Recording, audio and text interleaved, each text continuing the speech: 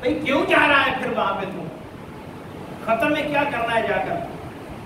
وہ 40ویں ساتے میں کیا کرنا ہے جا کر؟ اس محفل میلاد کا کیا فائدہ جو فرض کو ترک کر کے اس نفلی عبادت میں شریک ہونے جا رہا ہے اور پھر خود کو شو کرتا ہے کہ مجھ سے بڑا عاشق رسول کوئی نہیں ہے، جھوم جھوم کر تو نعرے لگاتا ہے۔ لہٰذا کچھ خدا کا خوف کر لینا چاہیے، جس دن محفل میلاد میں شریک ہونا ہو کم سے کم اس دن تو فرض پورا کر لیا جائے۔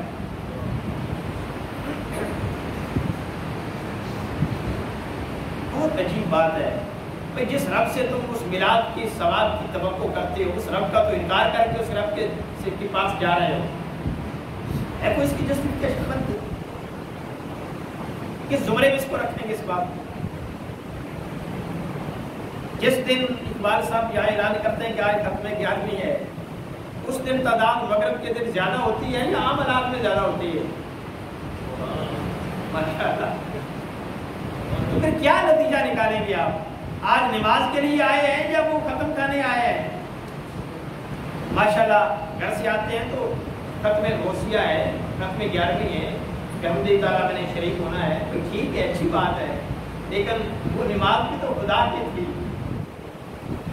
اس کو چھوڑ کر اس ختم اور میلاد اور درس پہ آ رہے ہو۔ لہذا اسلام کی اپنی تشریحات نہ کریں، تو اسلام ہے وہ کرنا چاہیے۔ یہ چھوٹ جاتا تو پکڑ نہیں تھی، وہ چھوٹ جائے تو پکڑ ہوگی۔ نماز کا سب سے پہلے سوال ہوگا، آقا علیہ السلام نے فرمایا، اور میرے ایک روایت میں بخاری شریف میں ہے، فرمایا کہ قیامت کے دن سب سے پہلا سوال قتل کے بارے میں ہوگا۔ دونوں حدیثیں آ گئی۔ سب سے پہلا سوال، حالانکہ یہ جو سب سے پہلا سوال ہے نا نماز کا، یہ ترمذی شریف کی حدیث ہے، اور ترمذی سے زیادہ جو معتبر حدیث کی کتاب ہے وہ بخاری ہے، قتل کا سوال اس میں ہے۔ اب بتائیں ایمان سے، آپ نماز کا ہی پہلا سوال سنتے رہے، کبھی قتل کا بھی سنا؟ حالانکہ اس پہ زور زیادہ دیا گیا ہے، سب سے پہلا سوال قتل کا ہوگا قیامت کے دن۔ ہم نے چونکہ معاملات کو، حقوق العباد کو ڈسکس کرنا چھوڑ دیا نا، اور صرف حقوق اللہ کی طرف آ گئے، اس لیے ہم نے اسی سوال کو پروموٹ کیا ہے، اور قتل کا سوال ہماری دانشت میں نہیں۔ سب سے پہلا سوال قتل کا ہوگا۔ پھر اس پر تطبیق کی علماء نے، انہوں نے کہا کہ ایک حدیث میں ہے کہ سب سے پہلا سوال قتل کا ہوگا، دوسری حدیث میں ہے کہ سب سے پہلا سوال نماز کا ہوگا، تو تطبیق یہ کی کہ حقوق اللہ میں پہلا سوال نماز کا ہے، حقوق العباد میں پہلا سوال قتل کا ہے۔ پوچھا جائے گا کیوں قتل کیا تھا، بتا، اور پھر قتل کرنا تو کیا ہے، یہ تو چلے چند قاتل ہوتے ہیں نا۔ اب آگے جہاں ہمارا بھی تھوڑا بہت حصہ ڈلے گا، اور وہ چلے 50% لوگوں کا ڈل جاتا ہے۔ آقا علیہ السلام نے فرمایا کہ قیامت کے دن وہ شخص اللہ تبارک میں آئے گا جس نے قاتل کے معاونت میں یا اس کی حمایت میں ایک جملہ بھی بولا ہوگا، ایسے شخص کی پیشانی پر لکھا ہوگا، جاؤ ہم نے اس کو اپنی نعمت سے دور کر دیا ہے۔ جس نے قاتل کی حمایت میں ایک جملہ بولا ہوگا، اس کی پیشانی پر لکھا ہوگا۔ اب کتنے قاتل ہیں، کتنے رساگیر ہیں، اور کتنے قتل کرواتے ہیں لوگوں سے، اور ہم ان کے نعرے لگاتے ہیں۔ قیامت کے دن کہاں جائیں گے، سوچنا ہوگا۔ اور چلے کوئی برائی نہ صحیح، دیکھ لیں یہ قتل کروانے میں شریک تھا، یہ ایم پی، یہ ایم ایل اے، یہ وزیر اعظم، یہ صدر، یہ فلاں فلاں سیاستدان، ان کا تو کام ہی یہ ہے جو سامنے کھڑا اس کو بروا دیا جائے۔ وہ سینکڑوں کے قاتل ہوتے ہیں، رساگیر ہوتے ہیں، اور ہمارے وہ لیڈر ہیں، محبوب لیڈر، کتنے کس نے کتنے بندے مروائے، یہ میڈیا میں ہر روز نہیں آتا، ہم نے بھی انہیں کنارے لگاتے ہیں۔ تو قیامت کے دن یہ کہا جائے گا اس کو لاؤ، ہم نے اس کی پیشانی پر لکھ دیا ہے کہ اللہ نے اس کو رحمت سے دور کر دیا ہے، یہ قاتل کی حمایت میں بیان دیتا تھا، جس اتنی بات ساتھ جانا اور اس کی مزید معاملت کرنا، گواہی دینا تو کجا۔ ہمارا تب بھی برادریزم جاگ جاتا ہے کہ کیا کریں، قاتل ہے لیکن برادری کا ہے، بھائی ہے، رشتہ دار ہے، اس کی مدد ہم پر لازم ہے، چاہے یہ قاتل ہی کیوں نہ ہو۔ کیا قاتل کے گواہی دینے والے برادری کے لوگ نہیں ہوتے، رشتہ دار نہیں ہوتے؟ جو حقیقی گواہ ہوتے ہیں ان کو ختم کر دیا جاتا ہے، اپنے گواہ لائے جاتے ہیں تاکہ یہ کل کو مکر نہ جائے۔ جھوٹ وہ تو سچی کہے گا نا، تو اپنے کو لایا جائے تاکہ یہ جھوٹ ہماری خاطر بول لے گا۔ اور جھوٹی گواہی دینا گناہ کبیرہ میں ہے۔ تو فرمایا کہ قاتل کا سوال ہوگا قیامت کے دن، اور پھر آقا علیہ السلام نے فرمایا کہ چونکہ قیامت کے دن کثرت تیزی کے ساتھ حساب لیا جائے گا، میرے آقا نے فرمایا ترمذی شریف کی حدیث ہے، آقا علیہ السلام نے فرمایا 5 سوال جب تک نہیں ہوں گے کوئی شخص اللہ کی بارگاہ میں ایک قدم بھی اٹھانے کی طاقت نہیں رکھے گا۔ یہ 5 سوالوں کے جواب دے کر جانا پڑے گا۔ اور انہوں نے پہلا سوال اللہ پوچھے گا بتا تو نے عمر کیسے گزاری؟ پہلا سوال سمپل سا، عمر کیسے گزری؟ بتا تیری زندگی میں کیا ترجیحات تھی، تیری زندگی کا مقصد کیا تھا، تو چاہتا کیا تھا کرنا؟ کوئی با مقصد زندگی بنائی تھی؟ کوئی تو نے سوچا تھا کہ میں دوسروں کو فائدہ دوں گا یا میں کچھ کروں گا؟ وہ جن کے آنے سے فرق نہیں نہ پڑتا ان کے جانے سے بھی فرق نہیں پڑتا۔ فضول بے مقصد زندگی گزارنا کہ نہ ہمارے آنے سے فرق پڑے پھر جانے سے بھی کیا پڑے گا۔ تو جس کی زندگی فضول کاموں پر لگی ہوئی ہے اس کی زندگی کا کوئی مقصد نہیں، قیامت کے دن کر پوچھا جائے گا کوئی مقصد تو بنا لیتا زندگی کا، کچھ تو کرتا تاکہ لوگ یاد رکھتے کہ یہ اس حوالے سے اچھا تھا۔ اور دوسرا سوال ہوگا بتا جوانی کیسے گزری؟ بتا جوانی کیسے گزری؟ جوانی کے بارے میں بڑا اہم سوال ہے، جوانی کیسے گزری؟ ہم کہتے ہیں بھائی ابھی چھوٹا ہے، جب بڑا ہوگا تو پھر طرح توبہ وغیرہ کی طرف راغب ہو جائے گا۔ آقا علیہ السلام نے فرمایا انا حبیب اللہ، میں اللہ کا حبیب ہوں، انا حبیب اللہ، میں اللہ کا حبیب ہوں۔ اور وہ اللہ کا حبیب ہے جو جوانی میں خدا کی بارگاہ کی طرف رجوع کرتا ہے، جو جوانی میں توبہ کرتا ہے وہ اللہ کا حبیب ہے۔ میں بھی حبیب ہوں اور وہ بھی حبیب ہے، اور الکاس سے وہ حبیب اللہ، اور اس کی حلال کمانے والا بھی حبیب اللہ ہے۔ گویا وہ جوان جو جوانی میں توبہ کرتا ہے وہ بھی حبیب اللہ ہے، میرا مصطفیٰ بھی حبیب اللہ ہے، اور اس کی حلال کمانے والا بھی حبیب اللہ ہے۔ اس کے علاوہ کسی کے بارے میں نہیں کہا کہ یہ حبیب اللہ ہے۔ تو پوچھا جائے گا جوانی کیسے گزری، اور تیسرا سوال ہوگا بتا مال کیسے کمایا، سورس آف انکم کیا تھے، حلال کے تھے نہ حرام کے تھے، جائز تھے یا ناجائز تھے، بتا کیا تھا۔ اور چوتھا سوال ہوگا ہاں اگر تم نے حلال سے کمائی کی تھی بتا اس کا مصرف کیا تھا، تیری کمائی کا مصرف کیا تھا، تو خرچ کہاں کرتا تھا، خرچ کرنے میں تیری ترجیحات کیا تھی، فضول خرچ تھا؟ ان المبذرین کانوا اخوان الشیاطین کا جملہ سنا تھا میرا کہ میں نے کہا ہے کہ فضول خرچی کرنے والے میرے نہیں شیطان کے بھائی ہیں، یہ جانتا تھا؟ اور بتا زندگی میں فضول خرچی کرتا تھا؟ بتا اس کا استعمال کیا کیا؟ رزق حلال ہے لیکن پھر بھی پوچھا جا رہا ہے بتا اس کا استعمال کیا کیا۔ بندے کو یہ اجازت نہیں کہ کہے میرا مال میری مرضی، نہیں، تیرا مال تیری مرضی سے خرچ نہیں ہوگا، مال تیرا ہے لیکن مرضی خدا کی چلے گی۔ اور اگر سوچے تو مال بھی تیرا نہیں، یہ بھی اللہ نے تمہیں انعام دیا ہوا ہے۔ جب یہ طبیعت میں آتا ہے تو پھر ویسے خرچ کرے گا جیسے اللہ چاہتا ہے۔ پھر پانچواں سوال ہوگا علم کے مطابق تو نے عمل کیا کیا، بھلا کام جانتا تھا یہ غلط ہے پھر بھی وہ پورا کیا یا نہیں؟ تو عمل کے مطابق تو نے علم کے مطابق تو نے عمل کیا کیا، اس کے بارے میں پوچھا جائے گا۔ انما یخشی اللہ من عبادہ العلماء، اہل علم ہی اللہ سے ڈرتے ہیں۔ تو جب یہ پتہ چل جاتا ہے نا کہ یہ غلط کام ہے پھر آدمی سوچتا ہے کہ میں غلط سے ذرا دور بھاگوں۔ تو یہ 5 سوال ہوں گے، ان 5 سوالوں کا بھی جواب ہم نے آج تلاش کرنا ہے۔ پیپر آؤٹ ہو گیا ہے، کم سے کم کچھ کرتے ہوئے کبھی کبھی سوچ لینا چاہیے یار میں نے اس کا جواب دینا ہے۔ اور یقین کریں اگر یہ طبیعت میں آ جائے نا کہ مجھ سے پوچھا جانا ہے تو شاید پھر کچھ کرتے ہوئے تبدیلی آ جائے یا ہمارا ہاتھ رک جائے۔ دعا ہے اللہ جل مجدہ عمل کی توفیق عطا فرمائے۔ کلام سن لیں۔